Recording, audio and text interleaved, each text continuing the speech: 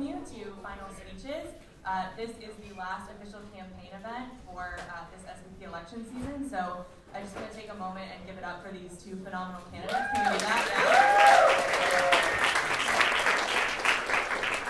Yeah. Both candidates, when we started this election, have committed to carrying themselves with integrity and impeccable character that resembles our mission statement, and I think both of these gentlemen have done a phenomenal job.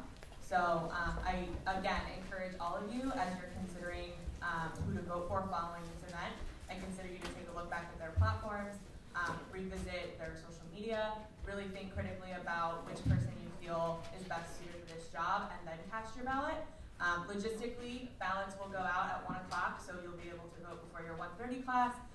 However, if you want to take a little bit more time to think about it, voting is open until 11:59 tomorrow night. And then the SBP, the new student body president, will be announced on the 23rd in the lobby at 12:15. So we will start that announcement at 12:15. Please tell all of your friends. It will be at 12:15. Some of the communication said noon, but I just want to clarify it's 12:15. Are we good? What time does it start? Oh my gosh, great. That's amazing. Okay, so determined by a coin toss, as we did the last debate speeches, Michael is going to give his final closing speech first, and then Stuart will give his, and then we will dismiss, and voting will begin. So thank you guys for coming, and without further ado, Mr. Martinez.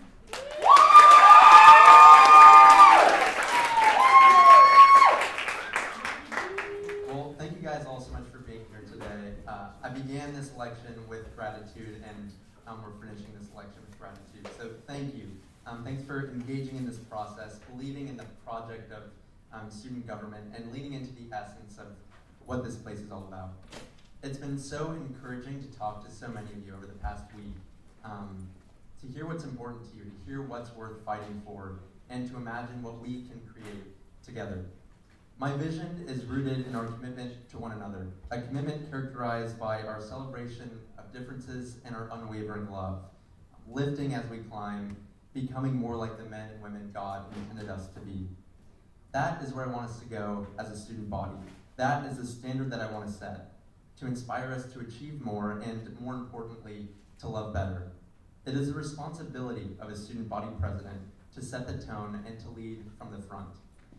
We can't ever become a perfect community, but I want to do everything I can to create a culture where we try, because we know that the endless pursuit of that perfect community is worthwhile. If we, as a student body, commit ourselves to hold each other accountable, to gossip less, to be slower to judge, to be less hypercritical, to be more inclusive, I think we'll be amazed by the results. It takes a village to achieve something like this, but I believe that a student body president would be missing the point if they didn't believe that they had the responsibility from that chair to set the tone for the student body, bent on making a real difference. I want to lead that charge and do my best to inspire and lead by example. But a student body president can't just be a vision caster or an inspiration. A student body president must also be a world-class administrator, have deep institutional knowledge that transcends just the house system. They must be task-oriented, ready to go to bat for you in college administration and get things done. My experience on the cabinet, working alongside the student body president, has shown me what it takes. It's offered me a living and breathing understanding of the scope of this role, and has given me the confidence to know that I, alongside a team with innovative ideas, hearts for service, and a dedication to the student body, can deliver. We are standing on the shoulders of giants. The history of this place, and that history that we all got to share with one another in that theater last Thursday night, is ours. That beautiful and strange and quirky place is for us. We are a family. Those who have come before us have built something beautiful, but not something that can't be made better. For example, my year as Director of Spiritual Life has taught me that there are fundamental questions that need to be addressed about the structure, the purpose, the intent, and the scope of fostering Christian community here on this campus. We're not on the same page right now, but now is the time to get there. My team and I all year have been working to streamline coordination with our spiritual life efforts, and those small marginal improvements should continue. That's important, and they always will be, but that's not enough for right now. The disconnect here is an indication of a deeper, more fundamental problem.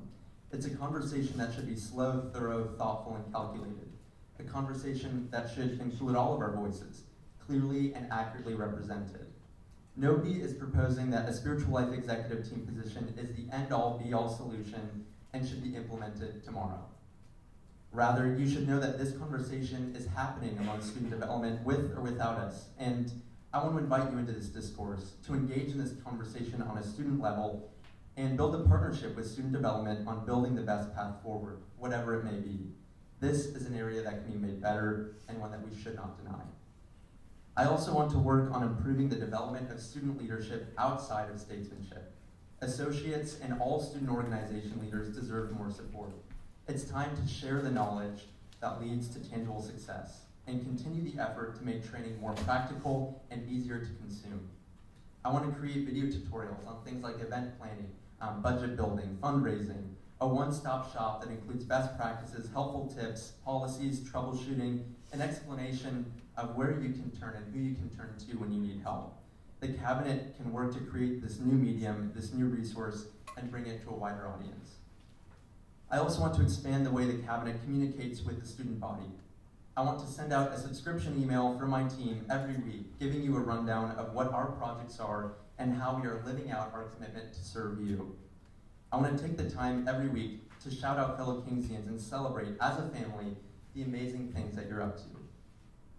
I want to give you creative content, visually consistent designs, and amazing memories throughout the year.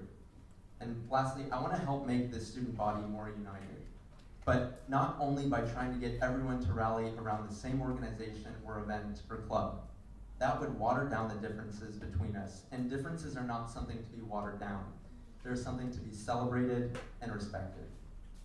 We should support each other in all of the different endeavors we pursue because we believe in each other, because we want each other to succeed in the things that we have been beautifully and wonderfully created to do.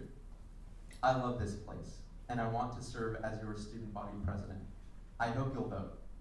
Gratitude upon gratitude.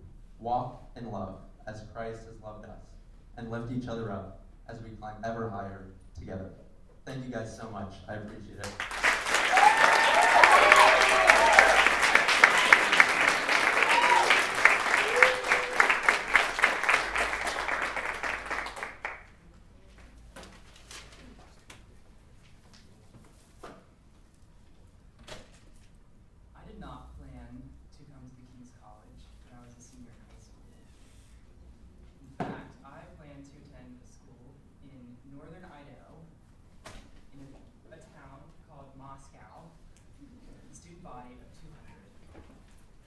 Different of an experience as you could ask for King's College.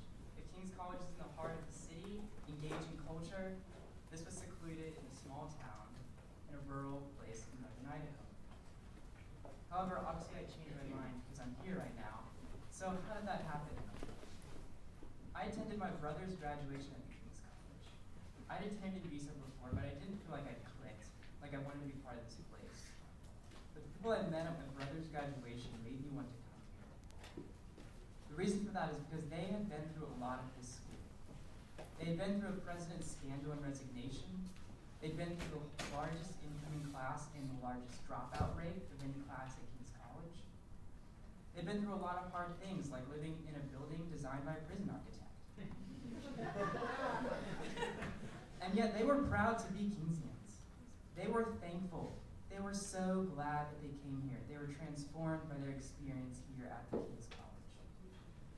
Meeting those people changed my mind, and I decided to become the Kings instead.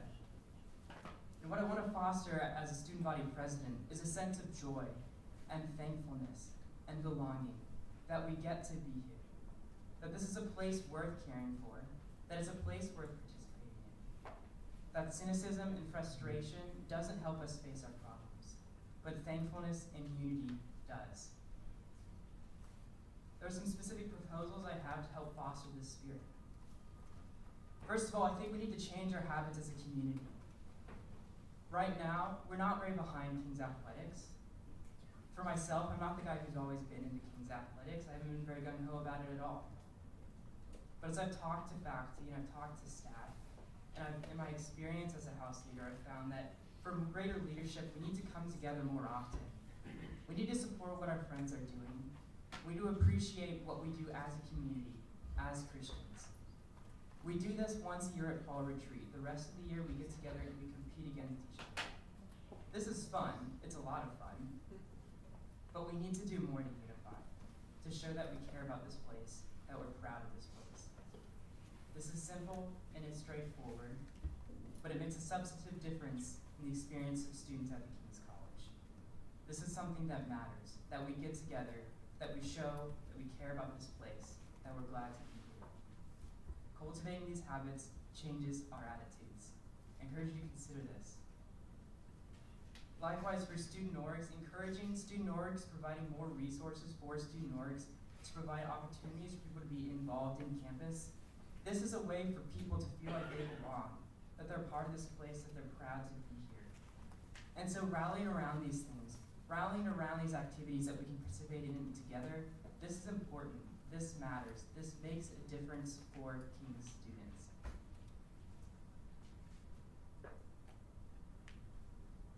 One thing I also want to do is I want to streamline communication with the student body. I think that another email is not the way to go. I think we have too many emails.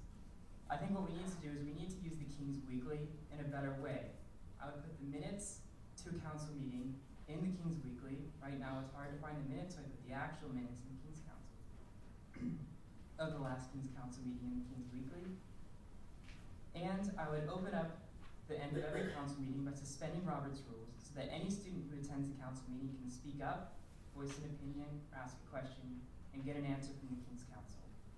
This is simple, it's straightforward, but it makes a difference. You can attend a council meeting, you can ask a question, you can get an answer. If you want to be involved, the date, time, place of the council meeting will be in the minutes, in the King's Weekly. You can attend, you can ask a question, and get an answer. This is what we need for better involvement in the King's Council and student government.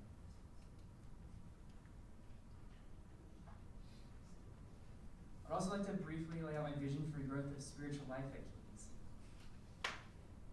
My vision remains what it has been during my time as a spiritual life associate, as a chamberlain, and as a president. I've spent 2.5 years working to make this community more Christ-centered. Trust me, I have engaged with these issues, and I will not stop pursuing this as student body president. But my vision is the vision that the school has already adopted, and that I think works, that we can make work even better by communicating it even more. That we need to get out of this school for our spiritual life. That the fullest sense of Christian spiritual life is to engage with the church. It is challenging. It is difficult to not have your spiritual life all on campus. This is what we've done at the King's College, that we've come here to be adults, to take charge of our spiritual life, to get involved in church. This is what it means to be a Christian. This is what we need to do on campus, and this is the way we need to go in spiritual life. I respect Michael's experience and knowledge as spiritual life coordinator, director of spiritual life, sorry about that. But I've spent a lot of time also working on spiritual life on this campus, and I know that if there's one thing we need, it is not the King's College for our spiritual life, it is the church. I want to come back to where I started with why I came here. I came here because I saw people who were thankful for the King's College, who were proud to be here despite the things that they came through. And they shared a special bond with the people that they came here with. They'd been through a lot, and that they were proud to be next to the people that they were standing next to when they graduated, that they're still friends even now, they're still proud to have come here. To welcome people into this community, we need to have this kind of attitude, this kind of unity, that we get to be here, that this place is special. If you want people to feel like they belong, we have to show that we want to participate ourselves. This is a part of the place that we care about, that we're proud to be here. So let's come together more often. Let's pursue policies that bring us together. Let's pursue things that allow us to show that we care about this place, that we're together, not just once a year, but all year long. These things are simple, they are straightforward, but they make a real difference in the lives of students at the King's College. So let's cultivate these habits together. Let's be thankful for the King's College, and let's take pride in being Kingsmen's. Thank you.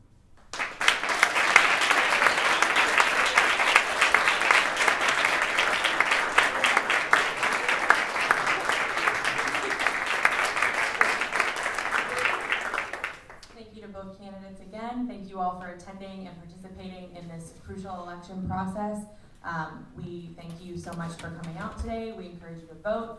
Your ballots will be in your email, submit via Google form. Thank you so much. And the announcement tomorrow, 12:15 in the lobby. Thursday at 12:15 in the lobby. We'll see you all then.